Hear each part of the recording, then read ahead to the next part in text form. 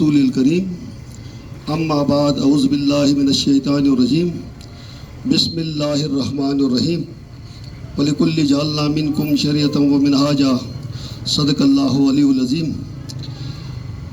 میرے عوامی action committee کے چیئرمین،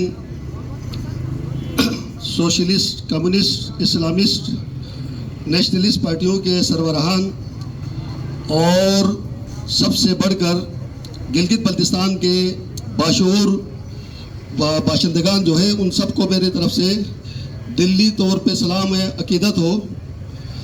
گزارش یہ ہے کہ یہ اتحاد چوک اس بات پہ مشہور ہوا ہے کہ یہاں پہ دھرنے ہوا کرتے ہیں، جلسے ہوا کرتے ہیں۔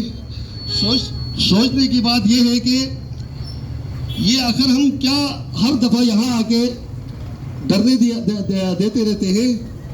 تو ایک شعر سے میں یہ وہ کروں گا کہ امیر شہر کو مجھ سے فقط اتنی شکایت ہے کہ میں وہ سر بناتا ہوں جسے جھکنا نہیں آتا۔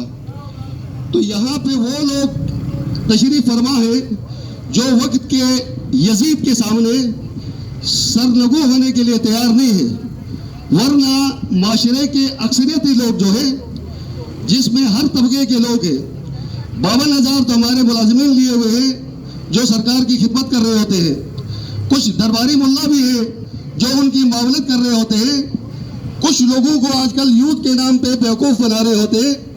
تو لیکن عوامی ایکشن کمیٹی گلگت بلتستان نے اللہ اور رسول کو حاضر ناظر جان کر یہ حلف اٹھایا ہے کہ ہم گلگت بلتستان میں سیاسی، علاقائی، مذہبی، سیاسی وابستگیوں سے بالاتر ہو کر گلگت بلتستان کے ان 19 نکاتی چارٹر آف ڈیمانڈ پہ متحد ہو کر ایک قوم بن کر، ایک پوسیسر سے پلائی ہوئی دیوار بن کے اس طاغوتی طاقت کو للکاریں گے جو ہم آپ کے وسائل کو آپ سے کو محروم کرنا چاہتی ہے، جو آپ کو حق کے حاکمیت دینا نہیں چاہتی، جو آپ کو حق کے ملکیت دینا نہیں چاہتی، اس طاغوتی طاقت کو ہم نے اپنے اتحاد اور اتفاق کی قوت سے شکست دینی ہے۔ یہ تبھی ممکن ہوگا جب ہم افراد سے لڑنے کی بجائے نظام سے لڑے۔ بدلتے رہتے ہیں چہرے، یہاں نظام نہیں۔ اگر ہم اپنے صحیح دشمن کی نشاندہی کریں تو وہ یہ ظالمانہ، جابرانہ، استحصالانہ فرنگی نظام ہے۔ فرنگی تو چلے گئے لیکن ان کے ٹٹو جو ہیں وہ ابھی بھی اسلام آباد میں بیٹھے ہوئے، وہ وہی یزیدی نظام چلا رہے ہیں یہاں پہ کہ ہم نے مسلمانوں کو آپس میں بھائی سے بھائی لڑا دے۔ ابھی میں یہاں پہ سے گیا تھا، جو انجمن امامیہ کی ریلی تھی، میں نے جا کے عوامی ایکشن کمیٹی کی طرف سے ان کو بھی یہ پیغام دیا ہے کہ رسول پاک صلی اللہ علیہ وسلم اور اس کے اہل بیت کا نام نماز کے اندر لیتے ہیں، اللہم صلی علی محمد وعلی آل محمد۔ اگر یہ کہے بغیر کوئی بندہ نماز پڑھتا ہے، اس کی نماز قبول نہیں ہوتی ہے۔ پھر ایک جاہل عالم، جاہل مولوی ادھر استور پہ تقریر کر کے ہم لوگوں کے بیچ میں منافرت کیوں پیدا کر رہا ہے؟ اور اگر وہ منافرت پیدا کر رہا ہے اور اس کو گرفتار نہیں کیا جا رہا ہے، اور وہ بین جھنڈے جو اس تنظیم کے جس پہ پابندی لگی تھی، اس بین جھنڈے کو سوشل میڈیا میں دکھایا جا رہا ہے، تو حکومت وقت کہاں ہے؟ پھانسی لگا دے ایسے بندوں کو جو علاقے میں نفرت پھیلاتے ہیں۔ اگر ایسے بندے کو اب آپ لوگ نہیں پکڑتے ہیں تو انشاءاللہ عوام اس کا محاسبہ کرے گی۔ آج کے بعد ہم کسی کو فرقہ وارایت پھیلانے کی اجازت نہیں دیں گے۔ آپ نے دیکھا ہوگا ماضی میں بھی ہمارے دونوں مسجدوں پہ تالے لگے ہوئے تھے۔ یہ فرقہ وارایت پھیلانے کا اپنی ثبوت تھا۔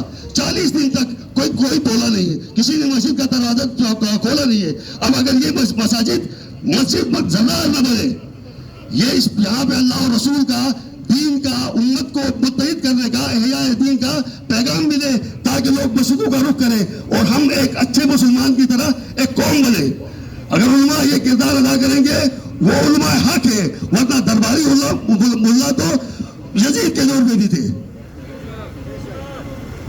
میرے بھائیوں، مجھے یہ کہتے ہوئے شرم آتی ہے کہ جب حسین علیہ السلام کا سر کر رہا تھا تو ایک طرف تکبیر کا نعرہ بھی لگ رہا تھا. تو وہ مسلمان ہی تھے جو کربلا میں امام حسین کو شہید کیا ہے.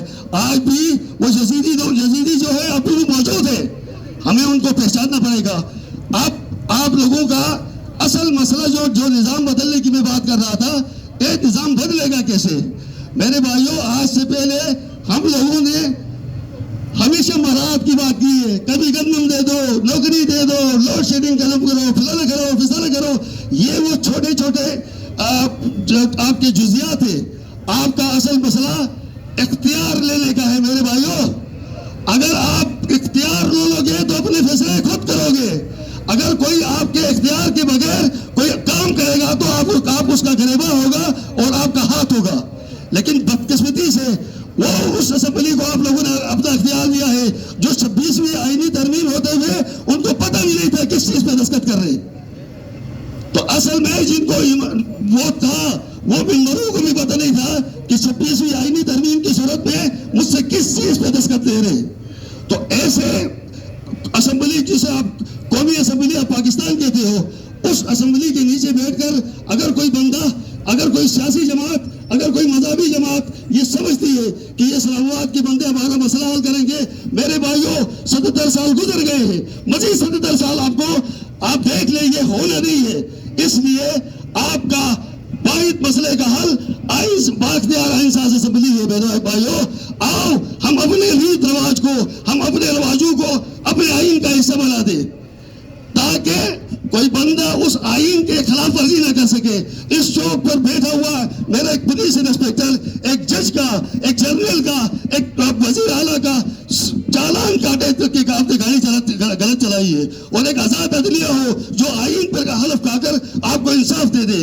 ابھی تو مجھے لگتا ہے کہ عدلیہ بھی نوکری کر رہے ہیں، انصاف دینے کے لیے نہیں بنے ہوئے. اور وقت کا حکمران جو ہے وہ آپ سوتیلے ہیں. میرے بھائیوں، آپ ان کے لے پالک بچے ہو. اپنا آپ کو پہچانو، ان سے حق چھین لو، اور چھینا تب جائے گا جب آپ لوگ آپس میں متحد ہوں گے. اس حوالے سے 16 دسمبر کو انشاءاللہ گلگت بلتستان لیول پہ ہم گرینڈ جرگت کے انعقاد کے لیے کی طرف جا رہے ہیں. 16 فروری کو ہم ایک گلگت بلتستان کی سطح پہ گرینڈ ڈائلاگز کے لیے، تاکہ ہم ایک قومی بیانیہ تشکیل دے سکیں، اور اس قومی بیانیے کو آگے بڑھانے کے لیے آپ کی عوامی ایکشن کمیٹی جو ہے وہ 16 دسمبر کو انشاءاللہ گلگت بلتستان میں ایک گرینڈ جرگے کا انعقاد کرے گی، اور آپ کا اگلا لائحہ عمل کا اس وقت اعلان ہوگا. ہم اب ڈیمانڈ کرتے ہیں کہ ہمیں ایک آزاد اقوام متحدہ کی UNCP قرارداد کے مطابق جو خود مختاری دینی تھی، وہ خود مختاری ابھی ہمیں چاہیے. ہم کسی اور سے زیادہ یہاں پہ پڑھے لکھے لوگ ہیں، یہاں PhD بے روزگار ہیں، یہاں پہ MSc کرنے والے لوگ بے روزگار ہیں. ان ان پڑھ لوگوں کی طرح نہیں ہے جو آنکھیں بند کر کے 26ویں آئینی ترمیم پہ دستخط کرتے ہیں. ہمارے لوگ تم لوگوں سے زیادہ ہوشیار ہیں. ہمیں ہمارا اختیار کا حق دے دو تاکہ ہم یہاں ایک فری ٹریڈ بنا دیں، ایک پیس زون بنا دیں. اطراف میں جو ایٹمی ممالک ہے، پاکستان ہے، چائنا ہے، انڈیا ہے، ہم سب کو یہاں پہ تجارت کرنے کی اجازت دیتے ہیں. انڈیا کو ہم ایکسس دیں گے سینٹرل ایشیا کے لیے، چائنا کو ایکسس دیں گے پاکستان کے لیے، تاکہ یہاں پہ آپ بیٹھ کر اکنامک ہب بنے گا آپ لوگوں کے گھر کے اندر. تو وہ ہو جائے گا تو آپ کی غربت ختم ہو جائے گی.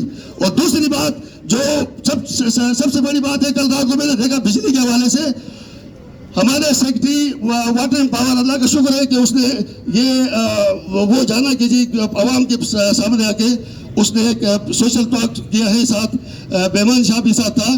تو بات یہ ہے کہ سیکرٹری صاحب سے میں یہ پوچھتا ہوں، وہ خود یہ کہہ رہے تھے ہیزل پروجیکٹ جو ہے وہ 2024 میں تکمیل کو پہنچنا تھا. تو میرے بھائی آپ سیکرٹری ہیں، 2024 کو ایک کانٹریکٹر جس کو FWO کہتے ہیں، اگر وہ کانٹریکٹر 2024 میں اس کو 20 میگا واٹ کمپلیٹ کرتا تھا اور ابھی تک نہیں کیا ہے، آپ نے بحیثیت سیکرٹری اس کے خلاف کیا تعلیمی کارروائی اختیار کی ہے؟ وہ 20 میگا واٹ جو ابھی بھی آپ کا 13 کروڑ سے 22 ارب تک کیا ہے. 13 کروڑ کا پروجیکٹ جو ہے وہ 22 ارب تک کیا ہے. وہ اضافی 9 ارب دینے کے بعد بھی آپ پھر وہی 20 میگاواٹ کی ہی بات کر رہے ہیں. حال بتاؤں ان کو 2 ارب روپے کا فائدہ ہے کہ وہ 40 میگاواٹ کے لیے آپ کا ٹنل کا سائز تھوڑا سا بڑا کرے گا. تو اگر اس طرح آپ لوگ وردی پہنا کے کنٹریکٹر بناتے رہیں گے تو عوام کی وہ کیا خدمت کریں گے؟ یا تو وہ فوجی بنے یا وہ ٹھیکیدار بنے. اگر وہ ٹھیکیداری کرتا ہے تو فوجی کو ملازمت چھوڑ دے. اگر وہ فوجی جاتا ہے تو پھر بارڈر پہ جا کے ہمارا دفاع کرے. یہاں پہ عوام کا کام جو ہے وہ عوام کو کرنے دو. بلا وجہ فوج کو عوامی کاموں کے بیچ پہ مداخلت کر کے ان کو بدنام مت کرو تاکہ وہ بارڈر سنبھالے. عوام اپنے نظم و نسق اپنے ہاتھ پہ لیں گے. اگر کوئی ٹھیکیدار وقت پہ کام نہیں کرتا ہے اس کے خلاف تادیبی کارروائی بھی ہوگی. تو میرے بھائیوں، آج کے بعد آپ لوگوں کو چاہیے کہ کسی بھی صورت میں آپ لوگ پھلگورایت کے جنگل میں نہیں آئیں گے. اپنی خدمت، اپنے غربت کو ختم کرنے کے لیے ایک ٹیم بنیں گے. سب مل کے انشاءاللہ غربت کے خلاف، جہالت کے خلاف، خلافت کے خلاف، رشوت کے خلاف مل کے جہاد کریں گے تاکہ ہم اپنے اس کامن انمی کو دور بھگا سکیں اور اپنا کامن گول جو ہماری آزادی ہے، اپنے آزادی کے حصول کے لیے سب سے پہلے آزادی کو رکھنا چاہیے. کیونکہ اللہ تعالیٰ نے مجھے آزاد کیا ہے. یہ جابرانہ استحصال پر مبنی نظام مجھے غلام نہیں رکھ سکتا. میں آزاد پیدا ہوا ہوں اور انشاءاللہ آزاد حیثیت سے بڑھوں گا انشاءاللہ. Thank you.